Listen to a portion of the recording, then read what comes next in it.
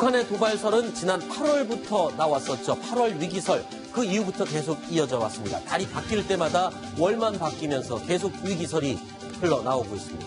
그런데 이번 11월 위기설은 조금 차원이 다르다라는 분석이 나오고 있는데 허만숙 차장님, 어떤 부분 때문에 이번 11월 위기설은 지난 8월, 9월, 10월 위기설과는 좀 차원이 다르다 이렇게 분석이 나오는 겁니까? 예, 좀 상식에 근거한 판단일 수가 있는데요. 네. 트럼프 대통령이 유엔 총회 연설에서 그 북한의 완전한 파괴 이것을 밝혔습니다. 그러니까 김정은 위원장이 본인 명의로 사상 최고의 초강경 조치를 신중히 고려하겠다 이렇게 얘기를 했습니다.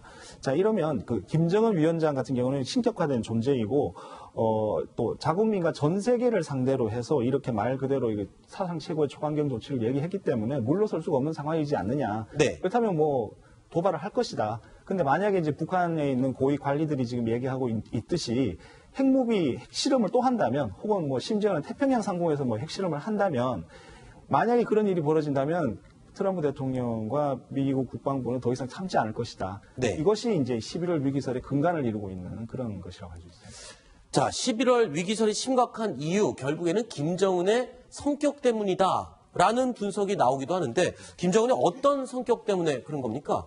예, 김정은의 성격에서 좀 한 가지 좀 우리가 흥미롭게 볼 수 있는 것이 보고상이다 이런 또 얘기가 나오고 있습니다. 네. 예. 그래서 누가 건드리면 막 몸을 이렇게 네. 부풀리는 보고처럼 허풍을 떠는 것을 좋아하고 맹독으로 세계와 북한 인민을 위협한다.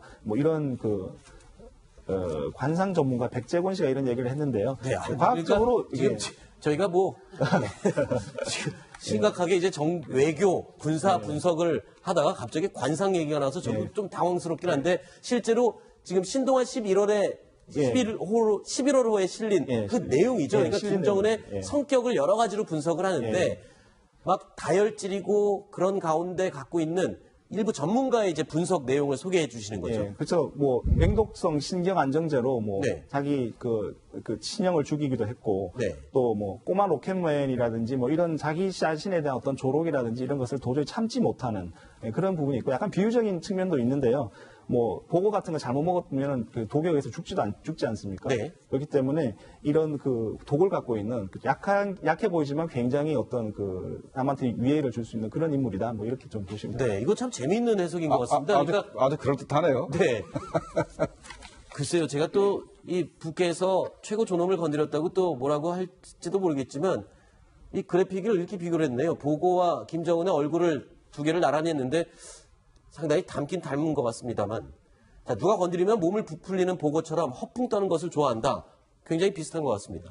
이게 관상 전문가가 얘기를 했다고 하는 내용인데 우리 정보기관에서도 김정은이 스위스에서 유학할 때부터 지금 북한의 지금 지도자로 할 때까지 쭉 성격 분석 같은 걸 한 적이 있었는데 저거랑 굉장히 비슷한 내용이 나왔어요. 아, 그래요?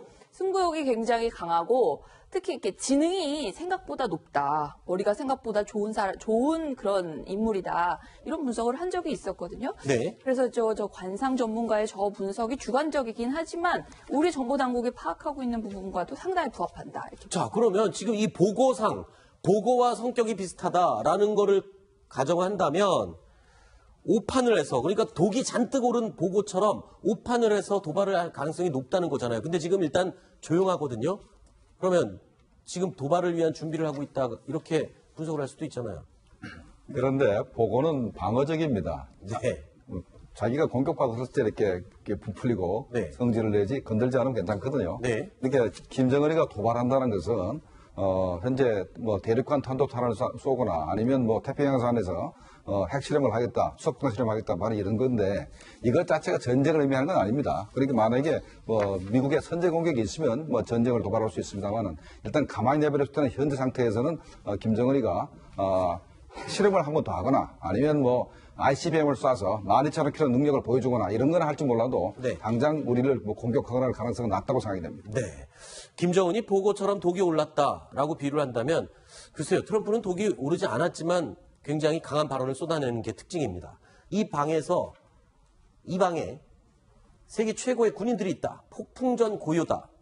이제 북한엔 단 한 가지 수단만 남았다. 최근 발언입니다. 이게 지금 군사적인 옵션을 의미하는 게 아니냐 이런 해석이 또 나오고 있어요. 물론 트럼프의 말이기 때문에 그렇게만 믿을 수는 없는 것 같습니다만 말입니다. 예, 폭풍 좀 고요라는 말이 지금 약간 그 뭐 6차 핵실험 이후에 좀 소강 상태인데 네. 이게 끝이 아니고 더 큰 어떤 뭐 그 큰 파국의 어떤 그 앞에 어떤 약간 징조일 것이다 이런 식의 좀 얘기로 비춰지기 때문에 뭔가 또 새로운 것을 어떤 준비하고 있는 거 아니냐 네. 이렇게 지금 또 보이기도 하는 것이죠. 자, 그리고 이번에 11월 위기설, 한반도 11월 위기설을 뒷받침하는 근거 중에 아주 특이한 근거가 하나 있습니다. 11월 위기설. 그러니까 11월이 되면 북한 지역이 매우 혹한기로 접어드는 시기인데 날씨가 추워지고 기온이 급격히 떨어지면 북한에서 미사일을 발사하기 힘들어진다. 그렇기 때문에 11월이 가기 전에 도발을 분명히 할 것이다. 이런 분석이거든요. 네, 우리가 그런 분석을 쭉 해왔고, 네. 실제로 북한이 그 장거리 미사일을 쏠 때, 특히 그 동창리에 있는 길이가 30m 넘는 그 대륙간 탄도탄. 네. 실제로는 뭐 위성 발사라서 그러지만 대륙간 탄도탄이죠. 네. 그 쏠 때는 사실 그 날씨가 나쁘면은 쏠 수 없을 거라 판단했는데, 네. 북한이 2012년도 12월 12일 날 쏜 적이 있습니다. 그래서 네. 나름대로 이 날씨에 이렇게 적응할 수 있는 그런 능력도 한번 보여준 적이 있습니다. 그렇군요. 그러니까 김정문 선생님은 일단은 11월 도발 안 할 가능성도 있다라는 그런 분석 쪽이고 허만수 선생님. 근데 지금 이 분석에 의하면은 액체 연료를 주입해야 되기 때문에 예. 그 혹한기에는 좀 불리할 수도 있다. 예. 움직일 수 없다. 그러니까 11월 안에 뭔가 결판을 내겠다. 이런 분석에 근거를 둔 것이죠. 예.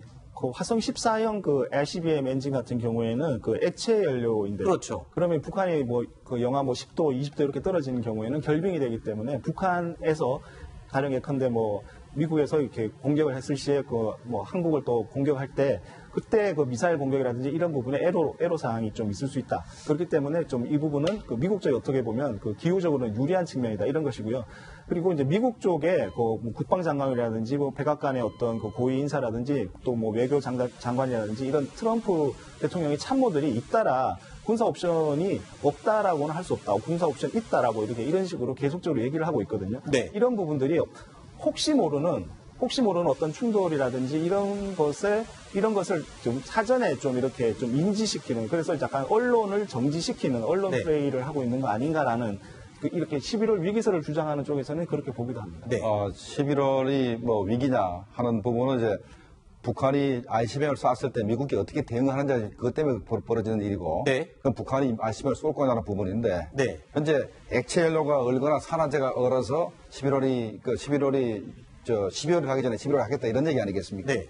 저는 그거는 동의하지 않습니다. 네. 북한이 12월 12일 날 쐈을 때도 네. 굉장히 추운 날씨임에도 불구하고 산화제가 얼거나 액체 연료가 얼은 적이 없습니다. 그렇기 네. 때문에 그건 별 문제가 안 되고 다만 시기적으로 봤을 때 9월 21일 날 김정은이가 최고의 대응을 하겠다, 보고하겠다 분명히 얘기하지 않습니까? 일단 해놓은 말이 있죠. 뱉어놓은 말이 있는 상황이에요. 그거를 자기가 최고 지도자가 그걸 물러설 수가 없습니다. 그러면 적어도 11월 또는 12월 내에 반드시 금년 중에 뭔가 하긴 할 겁니다. 네. 근데 거기에 대해서 미국이 어떻게 대응하느냐. 네. 그 부분이 바로 위기설의 근원이 되는 겁니다. 네. 자, 어쨌든 11월 위기설 김정은이 어떤 행동이든 할 것으로 예상은 되는 그런 상황인 것 같습니다. 그래서일까요? 레인저 부대 등 아니면 특수부대 여러 가지 부대들이 우리 한반도에 도착해서 훈련한다라는 소식 저희가 여러 번 분석을 해드렸는데 또 새로운 부대가 모습이 포착됐어요. 그린베레가 지금 우리 한반도에 와서 훈련하는 모습이 포착이 됐다고요? 네, 그렇습니다. 지금 그린베레가 이제 그 포착이 됐다라고 이제 군소식통을 통해서 지금 이제 알려졌는데, 네. 그린베레는 미 육군 특수부대예요. 지난번에 이제 대북으로 같은 그 네. 미 해군 특수부대를 이제 소개를 했고, 네. 이 그린베레 그러면은 유명한 영화 람보에 나오는 그 부대가 그린베레 아닙니까? 람보가 그린베레 출신입니다. 네네네. 네, 맞습니다. 예, 네. 그래서 그 미육군 특수전 사령부 소속에 그 그린베레도 있고 레인저도 있고 다 있는데 그 중에서 이제 그린베레는 좀 공수 특전, 낙하산을 타고 이렇게 강하기도 하는 그런 이제 아주 그런 용맹한 부대고 또 이게 이제 1952년도에 창설됐는데 네. 그 처음에 이제 녹색 모자를 썼어요. 네. 그래서 케네디 대통령이 62년도에 그 모습을 보고 그린베레구나 해서 이름이 이제 그린베레로 네. 이제 네이밍이 되었고 아주 뭐 우리나라 같은 경우는 공수부대에 바로 그냥 입대를 하지 않습니까? 네. 여기는 실제 군복무를 한 사람 중에서 차출을 합니다. 네. 차출을 하는데 이 체력 훈련을 얼마나 대단하게 하냐면은 네. 31일 동안 네. 하루에 17시간을 훈련하는데 네. 매일 완전 군장을 하고 12km 구보를 매일 해요. 네. 그 정도로 혹독한 체력을 하는데 그 차출해서 뽑은 사람 중에서도 20에서 30%만 패스를 해서 그린베레가 되고 아하. 그럴 정도로 대단한 부대고 여기에서 가장 용맹한 또 대테러 부대가 바로 델타 포스입니다. 아, 그 델타 포스가 바로 여기서 발전을 해서 나오는 그런 이 부대입니다. 그린베레 하나의 대대죠. 아, 그렇군요. 그렇습니다. 알겠습니다. 자, 김정봉 실장님 그리고 신인균 대표님 두 분 얘기는 오늘 여기까지 듣도록 하겠습니다. 두 분 오늘 말씀 고맙습니다.